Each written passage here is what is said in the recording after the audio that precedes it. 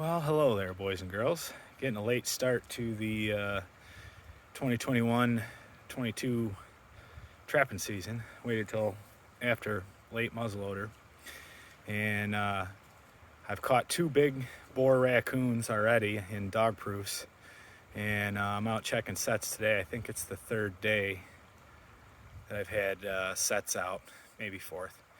I think third though, and got a blind trail set here, and I'm gonna turn you around and show you what we got here. All right, so as you can see, blind trail set, just coming around the backside of this dead willow snag. And hey buddy, nice little red fox there. All right, so yeah, I'll get him taken care of here. I got another dog proof to check down the way, so we'll check that, get him taken care of, and show you the remake. But stacking up the fur. All right, we're just working on the remake here from that blind trail set. And there's my Bridger 1.5, which held the fox just fine.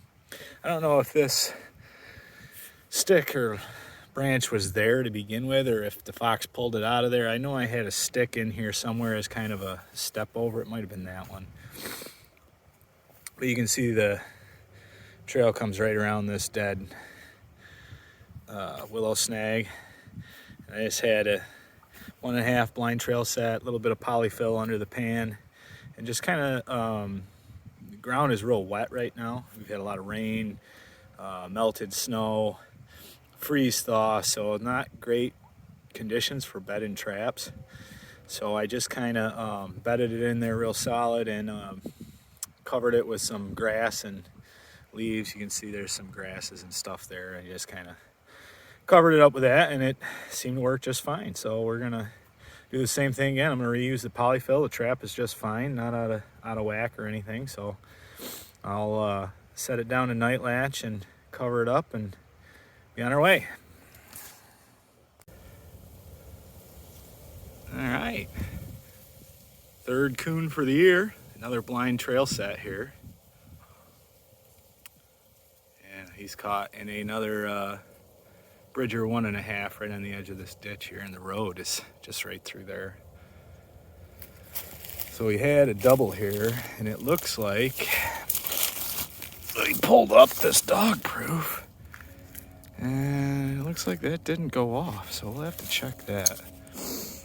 But we'll get this guy taken care of and do some remaking. All right, out on the line this morning, we got one coon already in a blind trail set by a ditch crossing a culvert on the road. And I made this hay set, straw set, whatever you want to call it, 2 days ago. Yesterday I had something dig up the trap, so I reset it and added a little bit of lure. And today we got this big, beautiful dryland coon here. And he's caught in a MB 550 there. And it looks like he did chew on his fingers a little bit, but get him taken care of and get a reset. Good day on the line, double coons. All right, another day on the line, and I was getting a little worried because the first few sets were empty, but we got ourselves a grinner. And this set has, it was originally for foxes. Bridger 1 3/4 on a dirt hole here. And when we had snow, there was a good set of fox tracks coming out of this corner of the woods here and going right down along that hedgerow in the field. And there's a creek right down over the edge here. So all the critters like to run this sort of path, but yeah, so we got ourselves a nice little grinner here. Not sure if I'm gonna let him go or not. I'm not really gonna put up the fur, although he is pretty nice. Yeah, we'll see. Anyways, looks like we got a remake to do, so better get to it.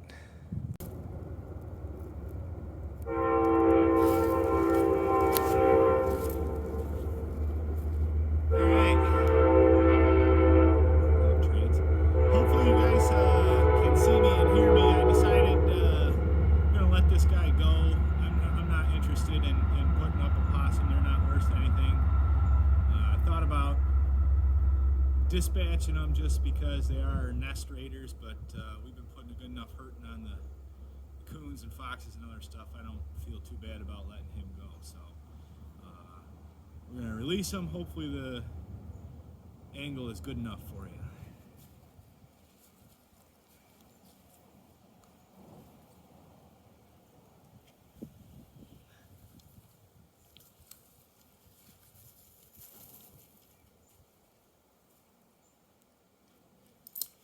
Off he goes. See that? Totally unharmed. He's walking off fine. And hopefully we don't catch him again. If we do, then we might have to take him out. But today he gets a pass. So we'll have to just remake this set here, and it should have some good scent appeal to it now. So we'll remake and rebait and get back with you.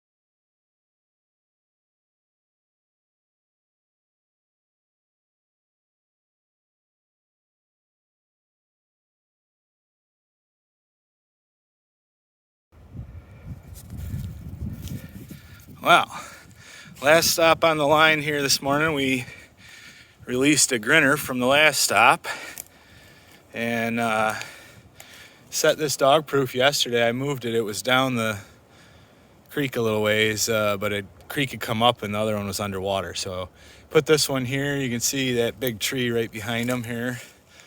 Lots of coon scat there. And another nice coon. All right, we'll get him taken care of. All right, there's the remake here. See, I got it fence stapled off to that root right there. There's the dog proof. There's the creek and the tree roots. And you can kind of see the little trail going up right along there, and there's a pile of coon scat, big pile. And they go right over the edge of that root buttress of this tree. And so, dog proof right in the way. There's the reset. This is a Z-trap, first one in a Z-trap. They work just as well as the Dukes that I have. So I just gotta bring this big old coon up and bring my bait back down and rebait this, and we'll be on our way. Alright, just finishing up our checks for this morning. This is been almost a week now, 4 or 5 days, 5 days on the line, and we're averaging a critter a day on, I threw another dog today, so I think 7 or 8 traps. Started with 6. So we released a grinner, an old possum today, and got another boar coon there on headed for the fur shed on the wheeler, and finishing up for today. But been a pretty good week on the trap line. Been very productive as far as catching raccoons. This is number 4.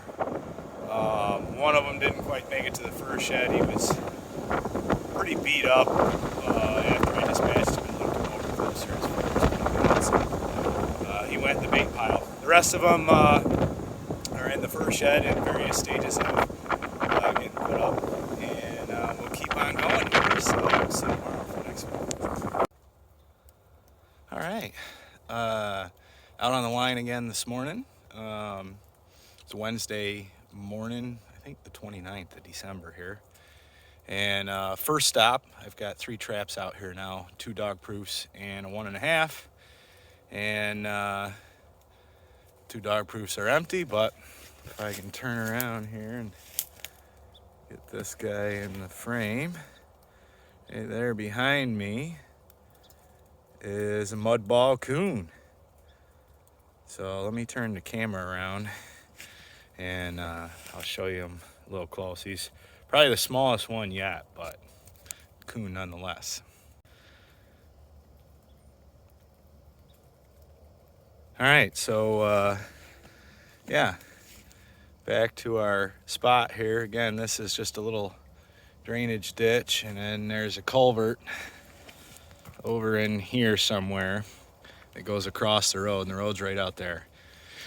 So just behind the stand of Phragmites, or cattails. And yeah, another coon here.